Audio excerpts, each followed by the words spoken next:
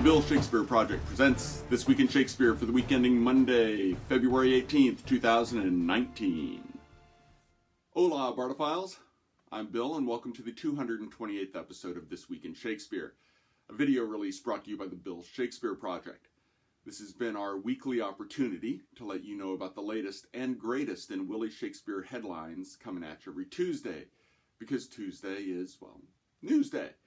The goal here has been to hit you with a quick blast, no more than 10 minutes tops of Bard-related news. Plus, we'll try to serve up some historical dates for what were the past 7 days of the year. Only this week is different, but more on that later.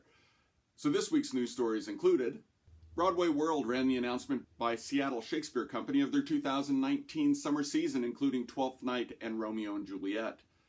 DC Theater Scene reviewed Richard III by Shakespeare Theater Company, giving it 3 of 5 stars, calling it grisly, accessible, but oddly unfocused.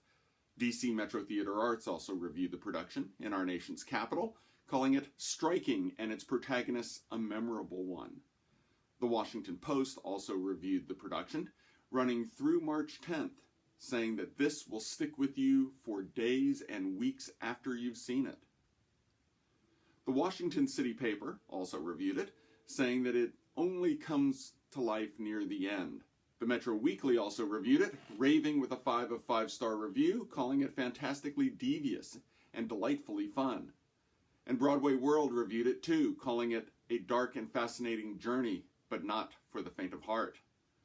Now Toronto reviewed Hamlet by Why Not Theatre, running in Ontario through next weekend, giving it 3 of 5 stars, and calling it a boundary-breaking, highly inventive adaptation presented in both English and American Sign Language. News OK reviewed Twelfth Night by Oklahoma Shakespeare in the Park, running through March the 2nd in Oklahoma City, calling it a sweet rom-com delight. And finally, Broadway World reviewed Cymbeline by Baltimore Shakespeare Factory, running through March the 10th in Baltimore, Maryland, calling it inspired self-parody.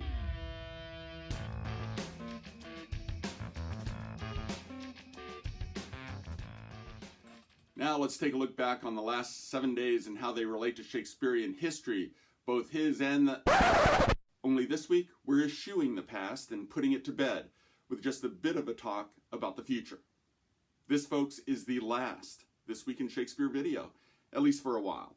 Old Bill, Walthall, not Shakespeare, well, his life is a bit of a flux, and so things have got to change.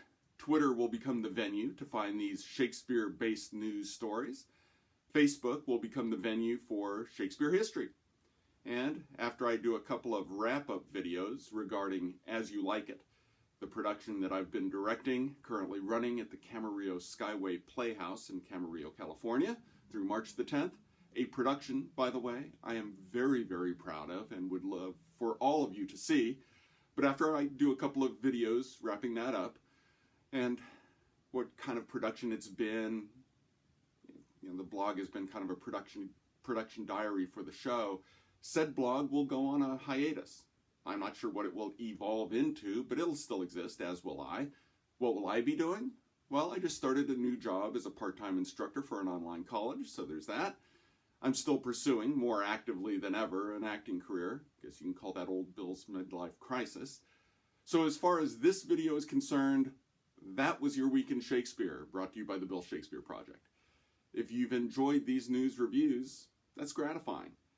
If not, why the heck are you still watching? Anyway, it's been a blast, and at some point in the future, we'll meet again.